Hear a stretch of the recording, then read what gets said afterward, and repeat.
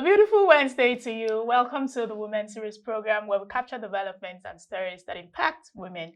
And happy new month! This year is gradually coming to an end. What an interesting and eventful year it has been so far. Well, maybe we're still looking forward to other events before the year finally runs out. Now, speaking on events, the just concluded FinTech Week featured a FemTech session which focused on accelerating women's leadership in the FinTech sector. And that's what we want to look at today. We're looking at women professionals in the FinTech sector. It was such an inspiring session, I must confess. Now, listening to this set of speakers speak about their journeys, their strides, their pain points, and their proud moments made me equally proud to be a woman. Now, I'm not going to speak too much about it. I want you to watch and experience what I experienced while listening to them speak. Now, beyond listening, I'd like you to feel inspired and carry on the honor of a woman. So just as a form of introduction, the Ola Williams, the country manager at Microsoft, spoke about her distinguishing factor and how she has been able to navigate through her career over the years. Now, two major points she spoke about. She spoke about mentorship and her disposition to gender bias. Ebehijie Momoh, the area head in West Africa at Mastercard, also shared her distinguishing factor. So hear them speak for yourself. I'm quite excited to share my experience with the audience today. Women in technology is something that I'm very passionate about because I am in it. I have firsthand experience. When you sit in the room, you are the only female on the table. It can be very overwhelming. So it's very important for me to continue to drive conversation that will motivate more women to come to the table and see technology industry as a place and a comfortable place for them. So I'm glad to share, my journey hasn't really been all by myself. I think one of the things that really made me to be successful in this journey is the support structure that I have around me, right? Right from, people that believe in me, mentoring, also having open discussions and encouragement to say, look, even if you're the only person in the room, you have a voice, speak up. So I always encourage allyship in terms of, helping more women to come to the table. Mentoring is something that is super, super critical, and we need to really be deliberate about mentoring women in technology. So it's not the generic type of mentoring that, oh, look, I have a mentor here, but it has to be tailored. It has to be deliberate, and it has to be planned. Look, and it's also there are different challenges along the way, but as women, we need to believe that all these challenges is meant to bring out Ola, the best. Ola, don't go into challenges yet. What distinguishes you? How did you get there? Sell it. Look, I always tell people, there's nothing special about me. It's just, being who you are. I think one of the things that I think work well for me is also my disposition to gender bias. Initially, when I faced gender discrimination, probably I'm on the table and people are asking men to speak. I'm ignorantly, not sometimes deliberately or ignorantly forget to ask me to speak. I make sure that I speak, but not only speak because I want my voice to be heard, but I am coming from a position of this is the value I can bring to the table. And people can recognize that. And I think I want to encourage more women to adopt that disposition, because when we look at it from from a hostile perspective, that I'm the only woman in the room, I need to make sure that my voice is heard, then it could land differently. But if you come from a position of value, that I want to add value, I have the potential to add value, and I need to create opportunity for myself to really add this value, people will see it, they will recognize it, they will praise it, and they will also want more because we have adding value. Thank you. One of the things that I've had a great journey, I must say, and it's been a wonderful journey in the past over 2 decades, spanning across banking, and then now I having the opportunity to lead the Mastercard team across West Africa is a great honor and a great privilege. But one of the things I will say, what distinguishes me is two things, really: commitment and a lot of focus. Because there were times where along the journey, there were times to just give up and say, you know what, you've had enough. You've done X, Y, Z. I think it's time to stop. But I think that whole thing about focus had really helped me to get to where I am. And then to what Ola said earlier, I have had great support system. I mean, I'm starting from the home front. I've had a great supporting spouse. And then again, I've had the opportunity to work with people who really supported me, giving me the opportunity, because sometimes you don't get to where you get to except you are given that opportunity. And I've had the privilege and the opportunity to be in some of the places I've been throughout my journey. So I noticed something. While all the women made their points about their distinguishing factor, you'd have expected that they would start with their degrees and whatnot. Well, guess what? Not even one mentioned degrees as part of their distinguishing factor. And it says one thing: it's not about what you have. It's about projecting what you know, and be sure ready to take risks while at it. Emphasis on the risk, because there might be a lot. Now, they also shared some of their painful moments. I think I like what Ebehijie Momoh also said. One of the things that a lot of people spoke about was the days of tears, is where when you actually are in the room, you find yourself that you are doing so much more than your male counterpart. And I've had that, there were times where I was like, maybe I have to do so much more.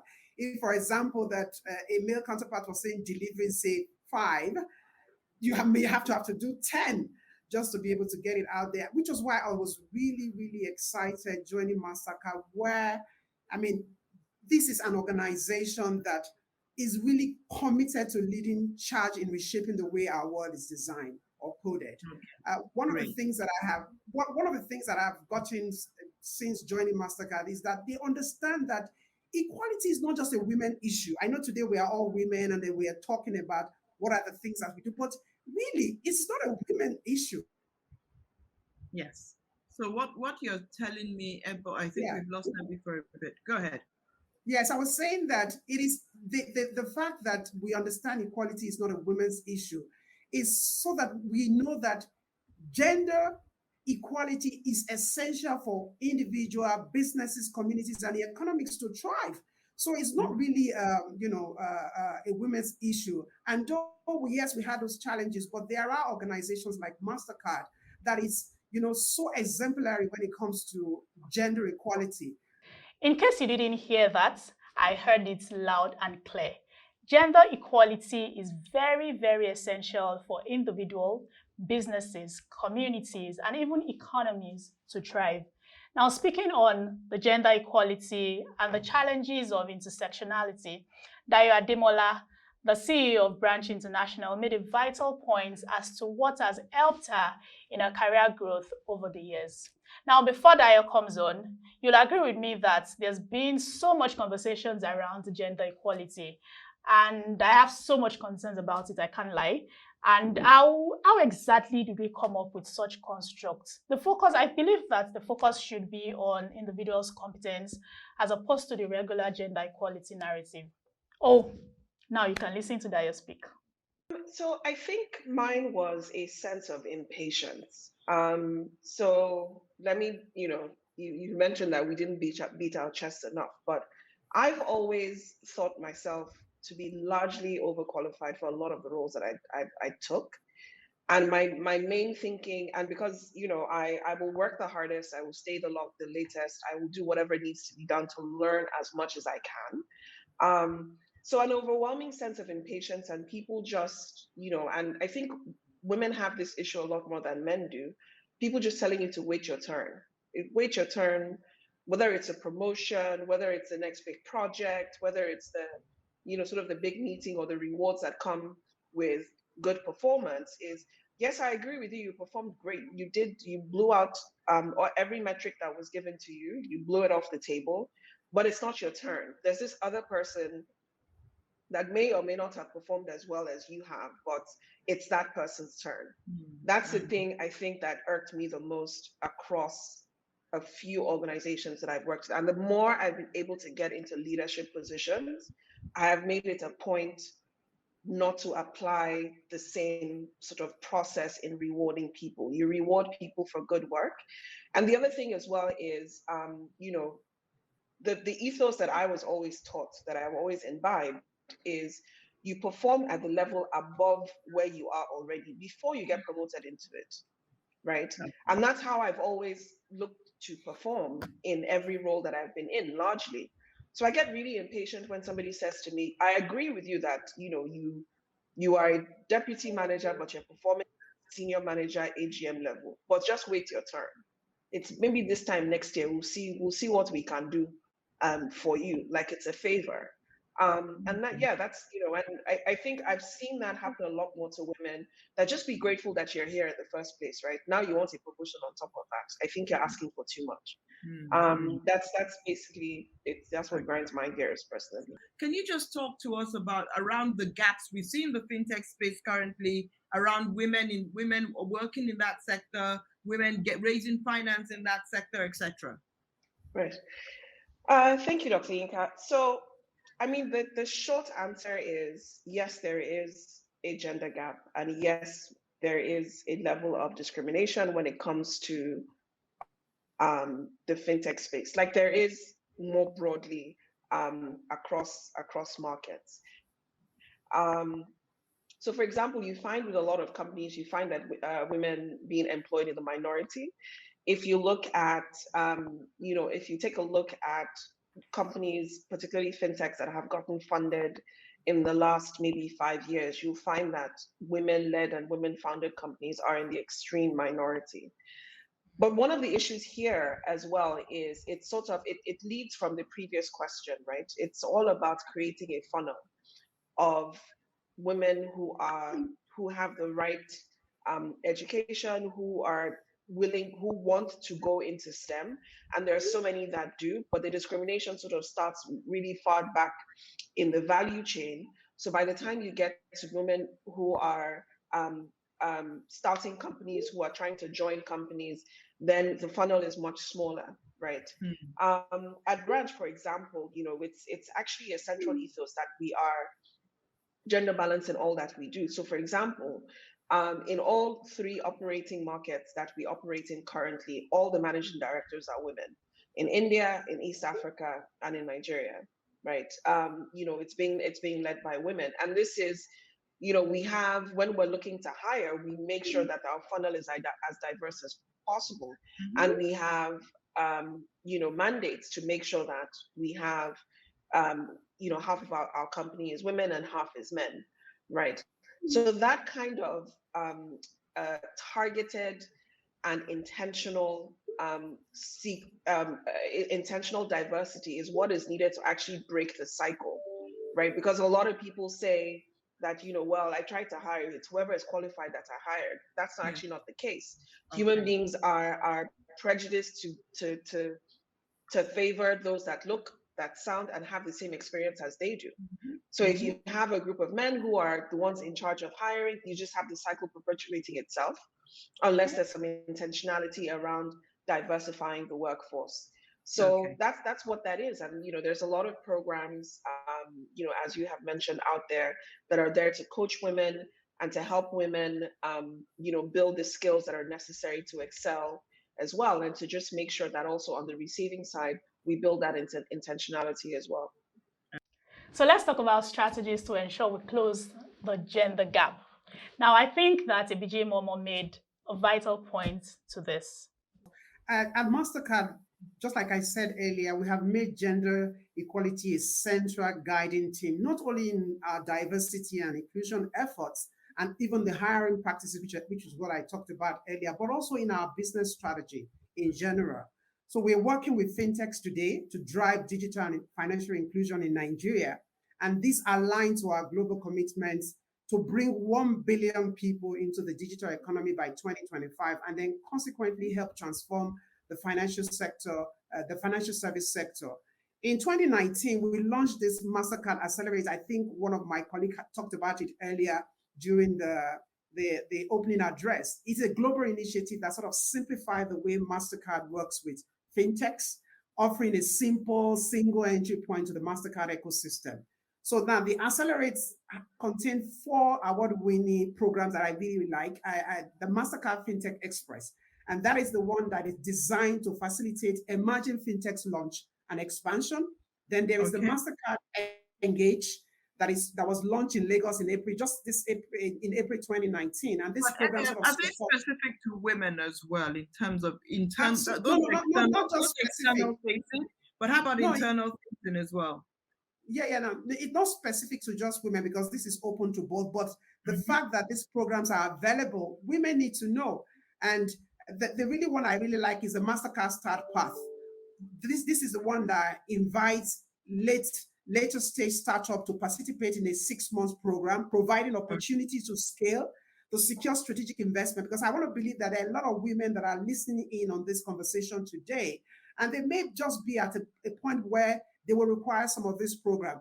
And I think one of the things that we have said in this discussion today is that how we don't only make this up, the men can't be the only one aware of this. It is available. It is out there. It is how we take advantage of them. That is what is really important. So, Prof, I think it's important that we also let the women know that this is available. For example, during the research that we have shared, when women work, economies grow. We know that. Yes. And so far, our startup that are women-led, we have raised nearly $1 billion in capital investment.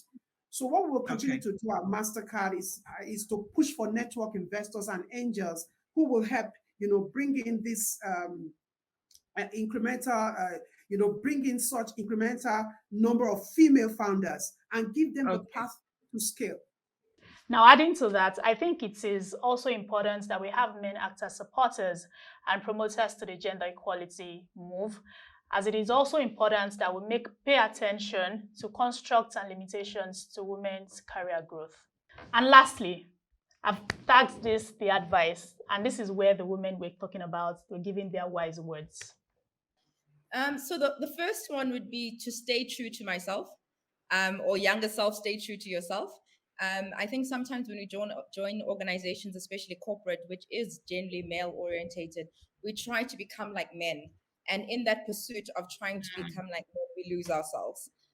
So to stay true to myself, to stay authentic, that's one thing. And to be feminine, to continue to be feminine, that being masculine is not necessarily the way to be. It's okay to be kind. It's okay to be compassionate. It's okay to honor who I am naturally, right? I don't need to hide that part of myself in order to succeed. You can be successful, you can be great and be kind and be compassionate. The two are not polar opposites. So that's another thing that I'd say to myself. And also that there's seasons, right? When you're having a challenge, that seasons come and seasons go. I'd say to my younger self, don't be afraid to take that opportunity. The fear of failure shouldn't prevent you from taking that one-time opportunity. You must take it. Don't be afraid. You'll be shocked that male counterpart has exactly the same feeling. But the difference is that he is bold enough to go out and grab that opportunity. I'll say, don't be afraid. Take that opportunity. And secondly, learn. You have to learn because there's nobody that knows everything. So keep learning because they will come in handy, and know that as you learn, you will get there at the top. For me, I would echo, because that really resonates with me, be less afraid. I know I spoke about, being courageous and everything, but I still look back and look at some opportunities that fear was the only thing that stopped me from, going for certain things in certain places. So just be less afraid. The second thing for me would be the reassurance that you will find your tribe. So a lot of times, like for me personally, as when I was in my 20s, even into my 30s, just feeling like I don't quite fit in here. These people are not quite my people, or they don't understand me, or kind of what Label spoke about, trying to be something that you're not because that's how you will fit in. I think just the message that you will eventually find your tribe, which I have to say with the people I work with now, working at Branch, just the flexibility and the value system and just the actual, work that we're doing, all of that is sort of things that I've been looking for years that are just now all of them clicking into place, right? So yeah, so it's yeah, just be less afraid and just be reassured that you will eventually find your tribe. I quite agree with what have been said, but I would love to add to my younger self is, look, don't be afraid to fail, especially for women in tech. When you fail, there's tendency to feel, probably if I were a male, maybe I wouldn't have failed in this area. But it's okay to fail because you have learned something from that. And look, it's just okay to continue to be resilient. Keep going. Don't be afraid of obstacle, because most of the time, I'm actually speaking from experience, obstacles, if handled properly with the right level of support, is the pathway to success. Just keep going. The world is waiting to celebrate your success. We've heard from this woman, and I believe it is important that we celebrate ourselves and recognize our works as well. I think it's also okay to admit to vulnerability and to no knowledge. It's okay to admit to trying and trying and trying all over again. Now, being in the leadership position in the fintech sector as a woman takes so much knowledge and courage. So as women, we need to see opportunities to grow for what it is, as opposed to waiting to get all the fittings before we can start flying. Now, the pieces can only fit when you start by taking the first step. So if you're out there thinking of how to navigate your way through, the first thing to do is do not be scared. The world awaits your greatness and all that you have in store. Network with like minds as much as possible and be ready to take up every challenge as an opportunity. I love you, and I'm very much rooting for you. I hope you enjoyed today's episode as much as I did. More events to come, hopefully. Now, if you'd like to reach me, you can send a mail to ayomide.oguntoye@proshareng.com. To watch more of our videos and read our news stories, you can check our websites at www.proshareng.com. Do well to follow us on all our social media platforms showing on the screen. Thank you for watching, and I'll see you in the next episode.